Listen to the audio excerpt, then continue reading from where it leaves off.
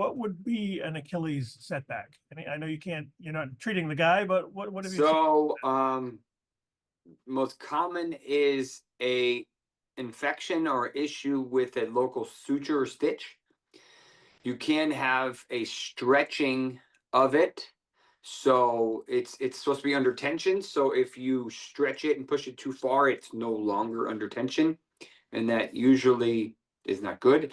You can re-tear it. It's pretty rare, but you could technically do it that quickly, that early. Those would be the most common things, in my opinion. What percentage of people who have this Achilles injury have a setback? Is this unusual? Uh, that's a good question. I'd probably say it's less than 30%, but it's not super rare. So it's not super common, but a lot of these guys are very aggressive and they want to go, go, go. And unfortunately, the tissue is not ready for that. And if he needs another surgery, it usually doesn't end well. We're told 9 to 12 months is typical recovery for this. Do you agree with that, or is that optimistic?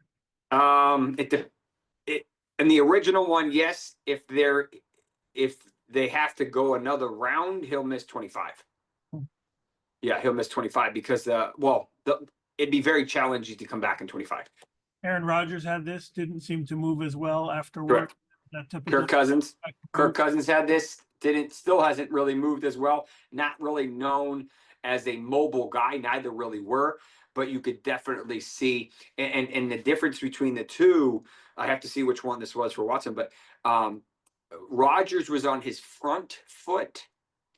So that's his plant foot, whereas Cousins was on his back foot, which is his power foot, which is, in my opinion, part of the reason why he couldn't put as much into the ball, because he couldn't generate that force. This year, you saw Kirk Cousins couldn't really do anything because he was so slow. He wasn't able to get out of the pocket. He wasn't really able to run RPOs.